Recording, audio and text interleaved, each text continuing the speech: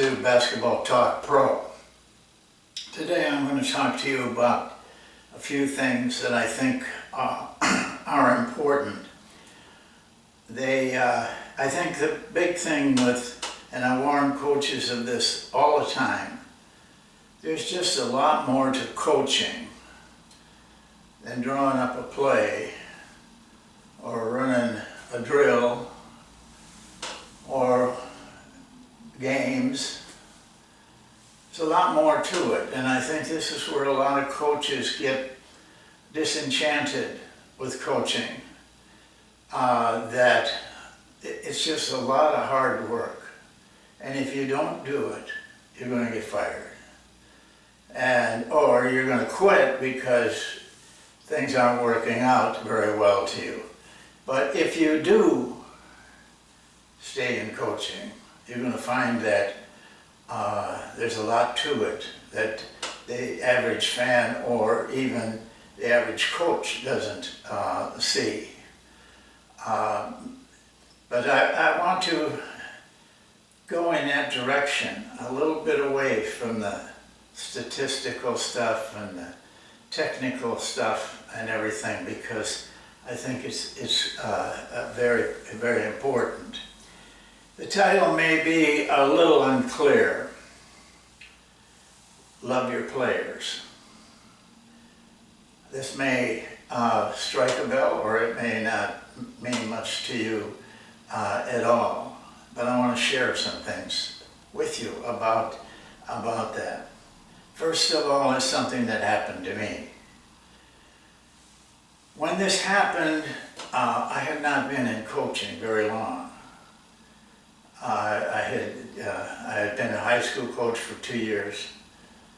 I got a graduate assistantship at a small college in Nebraska, but with a really great coach. And then that was about 3 years, and then my alma mater, Winona State, called me and offered me a position there as an assistant, and within 1 year I was the head coach. And so I had about 4 years, and then opportunity came for me at the University of Minnesota, and I did that for 1 year. It was a very chaotic situation at the university when I was there. A very, very tense type of operation. I did get to the Final Four for the head coaching position, and actually turned out to be the final two. Bill Musselman got the job, and I didn't. I had been doing most of the recruiting, and I'm one of the top players in the nation. Just felt comfortable with me, and so he made it very clear that Minnesota was one of the schools that he was looking at, and so but then Campy Russell decided he would go to Michigan. And so then I was no longer somebody that could be of help to the new coach, Bill Musselman, and he let me go very late in the summer. A very difficult situation because most of the jobs were taken up. As it turned out, it was a blessing in disguise. I talked to a former player of mine who was coaching in the East Coast, and I said, I don't know, I can't find anybody that's open, to even apply. And he said, I know of one. And he said, but it's a tough job. In fact, it's a bad job. It's a very small school in Michigan called Hillsdale College, about 1,000 students. But they do have a really good football program, and they do have scholarships. So I took a flyer. I picked up the phone. I called them, talked to the AD who was the football coach, and he was, football practice was coming close, and he was on a bind, so he wanted to work very fast. In fact, even in that call, he said, would you be willing to come out here? And I said, yeah. He said, let me look into it. He called me back and said, can you come tomorrow? And he flew me out there. We had a long talk, and then he flew me back that night. The next morning he called me and told me I had the job. Well, I had 2 children, married, 2 children, and my wife was pregnant with the third. And it was very hectic, but we got it done. And we went out there, and it was a bad situation, but not as bad as people thought. But what happened to me is that because I had recruited from Minnesota, I knew of some players that were not going to be recruited by bigger schools. And so I got 3 of those to come to Hillsdale with me. And they were very marginal players, but the school didn't want to let them in because they didn't have, they were going to junior colleges that didn't have a very good academic program. And Hillsdale was a very academic school. But I finally convinced the lady that these guys should get a chance, and they did. Well, the season started, practice started, and we started into it. I didn't know much about the area or the teams that they played, but finally we knew we were going to open at the University of Detroit because that's what the schools do. They sell themselves. They get a big bunch of money out of a school that can afford it, so just so that guy can get a win. We were the guys that were going in to battle with them. We did play pretty well, but not well enough, of course. And then about 2 days later, we played a small school in Indiana. I don't even remember the name of it now. But they trounced us. I couldn't believe it, but they just trounced us. And when I came home that night, we drove back. I was really down. I was really disgusted, frustrated, angry. Angry is a good term, what I was. Well, we had another game and then a tournament. So I wanted we were going to play the first team in the tournament. And it was a driving distance for me. I did practice. I got in the car and drove all the way to this school and to watch them play. They were terrible. They were not very good at all. And I thought, that buoyed me up. I think we can beat this team. And so I go home. My wife said, how did it go last night? I got in late, and I said, if we can't beat this team, I'm quitting coaching. She said, don't say that, Ron. I said, no, I'm not sure. This is a really bad team. Well, we opened the tournament with them. They beat us. Not only beat us bad. I don't think I was ever lower in my life to get beat, and I couldn't understand why. I didn't sleep much that night after the game, but we were going to play another team on the second night, a much better team. Now, we just got killed. I really was considering quitting coaching. I thought, this just isn't for you. You had good success in high school, and you had good success at Winona, but this is too demanding. So I was mad, really mad, and what really made me mad is when I had to scout that game. So I had this guy that was kind of my assistant. take the players to dinner and in the hotel we were staying in. And I woke up by a phone call about 7 o'clock in the morning, and the guy said, Coach, your team acted very badly last night. They were rude to the waitresses, they were loud, and they stole dishes, silverware, a list of things that they just walked out with. That was more than I could hardly handle. I was furious, absolutely furious. So what I did was, I told that kid who worked for me, I said, go tell the players we're going to practice at 11 o'clock. Well, we just played a game, we had another game that night, and they were expecting to get to rest, and they should have gotten to rest. I was just that mad, I didn't care. Get them up, we were going out there at 11 o'clock.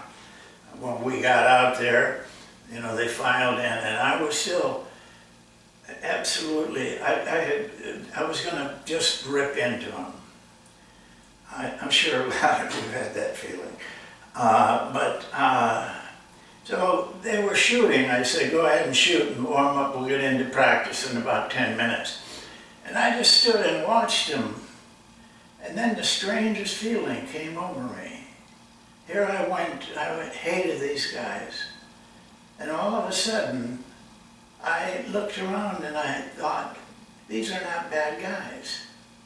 You know, these are good guys. I like them.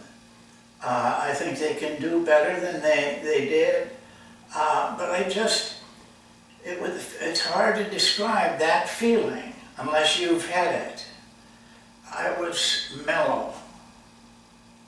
And what turned from hate turned to love. Love of those guys. All of a sudden, it didn't make any difference to me how we played. I was going to stick by these guys and take them as far as we could. They were all expecting the worst. I called them together and I told them the very truth. I said, listen, I was very angry with you and how you handle yourself in the hotel and everything. But I like you guys. I really do. I don't want to see you have a bad season. I want to see you do something with our team. And I really meant it. So I said, I'm not going to do any more. We've shot around a little bit. We'll go back to the hotel and you can rest. Before I go on, I have to try to get across to you about this feeling. Now, I've known a lot of coaches in my day who have experienced the same thing. It's not poppycock. There's something that happens to you that you cannot, your mind kind of explodes into this tremendous feeling for your players. Truest love you could offer. We went back to the hotel. They got dressed. We did the warm-up before the game. We started the game. And but in the afternoon, I had decided I was going to make some changes. You know, what my feeling was at this time, hey, listen, you have to pull these guys out of it. You haven't done your job either.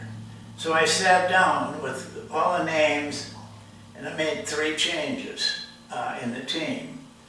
But there were changes that were not hurting anybody. And so the game started, and the long and short, we beat them to death. They were a much better team than the other one. We were good, and we played real good. So we get in the cars and we go home, but there was a different feeling in practice. There was a different feeling from me. I just loved those guys. I wanted them to succeed very badly. And that's an important thing in coaching that we overlook.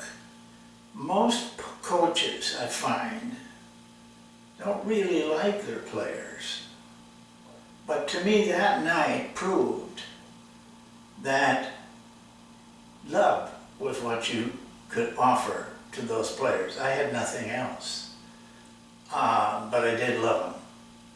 And I have carried that with me the rest of my coaching career. There's not one team, there's hardly any players that I just don't love. I mean, I just think the world of them. What was happening to me is, instead of me drowning myself in myself, all of a sudden I wasn't involved. I was more involved in how the players played than my reputation, the standings and all the things that go with it. But what it really boiled down to, I really felt strongly about every player on that team, and I changed, the players changed. And that team went on to, we were 28 wins and 8 losses. A team that the year before had the opposite. They only won 8 and they lost 28. And that team went on to win a spot in the national tournament. No difference in players, and we struggled in a lot of ways because we had no depth. The first 5 wasn't bad because those were the guys that, I brought with me. But we could hardly substitute. Most of the players played 40 minutes a game. But even with, the fatigue, they still played every minute of it. So we went on, and the thrill of being in the tournament and everything was wonderful. But I never forgot the one thing that changed it. And I'm offering to you, love your players. I mean, truly love them. Because what that does to you is it takes you out of the situation. It puts you in the background. Most coaches want to be and are in the foreground. What I learned that night was that when I do not want to, or for some reason don't establish that I am important, my record is important, my life is important, all of a sudden I could care less about that. Their life was more important to me. And I followed it all my life. Now you think that feeling, I have to tell you, it was mystical. It wasn't like anything that you'd have on this earth. It was just, that's the only way I can describe it. It was mystical. But I talked to a lot of coaches since then. An awful lot of them got their career started the same way. And I'll give you one that you will know the name immediately, John Wooden. What you see when you see John Wooden is almost championships. But prior to that season, the first season when they won it, he had been a nobody. He had a reputation, he couldn't win the big games. He was a good coach, but there was something missing. It happened that he spoke at a school I was coaching at. And our school was a very little town, and then maybe about 25 miles from there was a larger town, and that's where he was staying. So I took him I gave him a ride to that hotel and we talked. This was way out in the Texas Panhandle, and it was sagebrush blowing all over and everything. And John said, "Boy, Coach, this has got to be a tough place to get players." And I said, "Yes, it is. But once we get them here, those that do get here concentrate completely on basketball. We have a good situation." And then he said, "That's the way you got to happen. You got to handle it in coaching." He said, "You got to find a way. You can't moan about your situation. You got to find a way." And then he told me a story about his own life. I knew all about how his background and everything, but he told me this. He said, "I didn't believe we could win big at UCLA. They didn't even have a floor of their own, and they had a terrible practice situation. And so he just didn't feel they could win." And he said, "Then, Ron, something happened to me. It was a feeling I can't describe. But I believed with all my heart that this team could win the NCAA. And we did." And he said, "After that, I thought we could win every season we started. And we won 10 out of 12 NCAA championships." And he said that it wasn't the players, it was me. And here's one of the greatest coaches of all time, and here's what he told me. He said, "It wasn't the players' fault. I was the one who did not believe we could win. Once I changed and believed we could win big, the players changed." He said you could just see the difference in them. They took it, hard to explain how it comes from you to them without saying anything.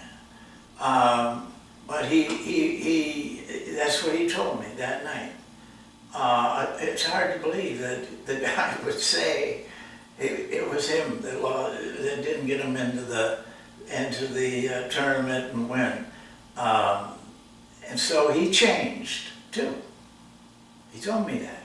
He said, all of a sudden I cared more for my players. Once I did that, it seemed like everything around me changed. I wanted you to hear those stories because I've heard a lot of them like that. It is living in the unknown, what is happening. We can't explain things like that. But I think you get them when you throw your heart and soul into the game and you work and work and work. You kind of get so that everything is big for you. And then something will trigger it. And all of a sudden, but in every one of the stories the coaches have told me, it was loving their players. They changed their thoughts about their players. I watch a lot of practices. I've been in the NBA, I've watched those coaches. I've been in college, Division I schools, I've watched those coaches. Most of the coaches don't like their players. And the players feel that. They can feel it. And so nothing seems to really, no matter how smart you are, nothing seems to come together.